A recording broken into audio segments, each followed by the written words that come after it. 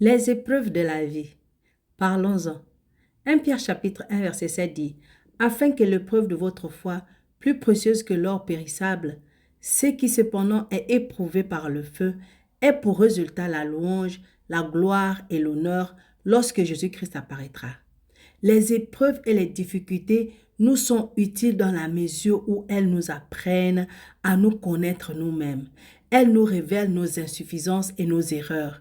Elles font partie du travail de dépouillement que Dieu doit accomplir en nous pour notre formation, pour notre éducation, pour nous modeler, pour nous transformer. Nous ne parvenons jamais à nous connaître nous-mêmes sans passer par l'épreuve, sans passer par le feu. Alors la foi et le courage qui se manifestent comme une grande flamme dans les moments difficiles retrouvent leur véritable niveau. Et l'âme consciente de son impuissance et de son néant se rejette sur Christ seul pour trouver tout en lui. Notre force dans les épreuves, c'est Christ.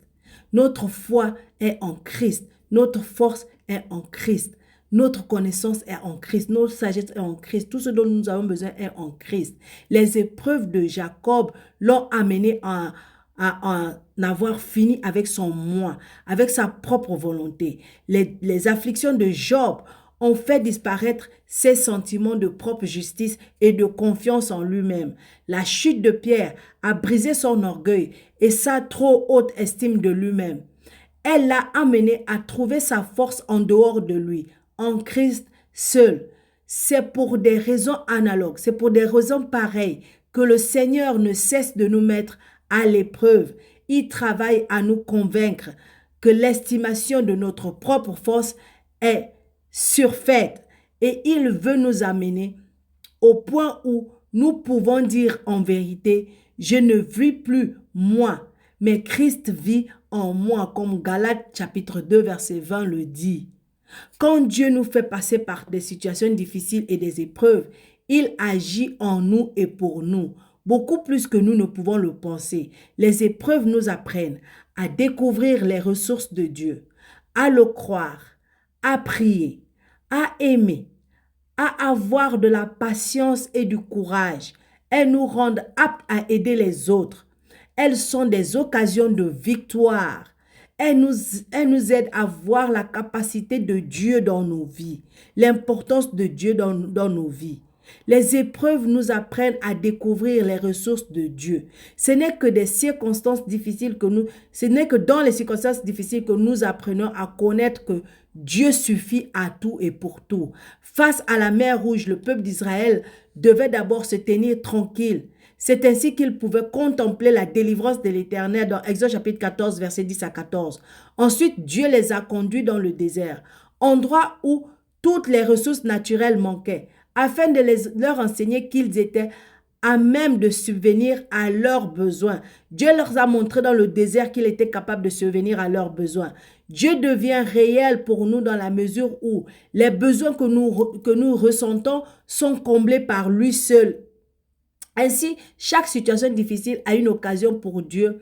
Chaque situation difficile est une occasion pour Dieu de révéler sa sagesse infinie, sa force et sa grâce.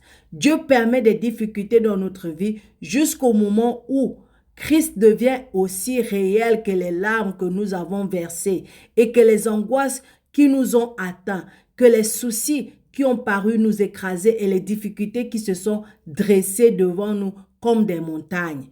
La puissance de Christ habitait l'apôtre et répondait à ses besoins parce qu'il avait un profond sentiment de son insuffisance et de sa faiblesse.